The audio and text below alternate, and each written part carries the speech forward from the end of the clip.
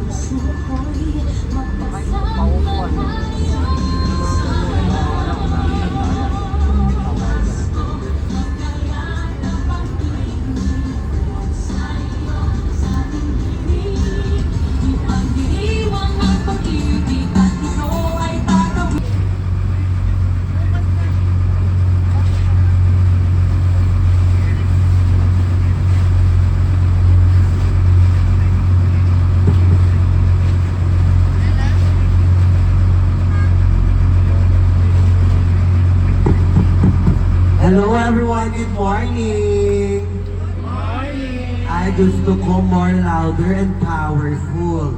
Good morning everyone! Good morning! Perfect! So welcome to your island hopping tour. So my name is Patricia sa gabi, pero right now you just call me Patty. And of course, this is Ate Josie, and that's Kuya Toto, and this is Nicole, my own tour guide. If you have any concern, question, clarification about the tour, you can approach them also. Okay, so before we start your island hopping tour, mag-short briefing muna tayo sa ating mapupuntahan and of course sa ating mababayaran. So we have a 4-stop or 4 destination. Our first stop will be the snorkeling area. So in snorkeling area, if you want to go down or to swim or to do the snorkeling, we have to pay 100 pesos each.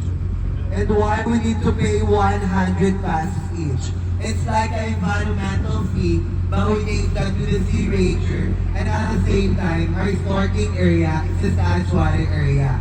Also, we provide the goggles or mask, but we're not allowed to provide the mouthpiece or the shoe because of pandemic or COVID-19. Kaya kayo na bahala mamaya kung saan nyo gusto huminga. Okay? And then the second destination will be the English out there. And then the second destination will be the private island here in Boracay, which is the Crystal Cove Island. So Crystal Cove Island is optional if you want to get inside because there's an entrance fee 300 pesos each. And you will see the 2 caves and a nice view. And we're going to stay in that area 30 minutes or maximum of 40 minutes. So again, may dalawang cave po siya makikita at magandang view.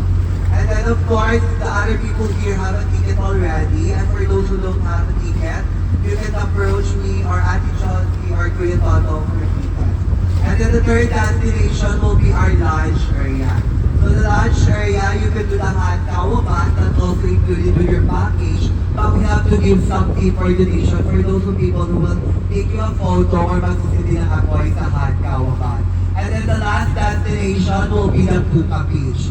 So in Puka Beach, you will see the sand castle.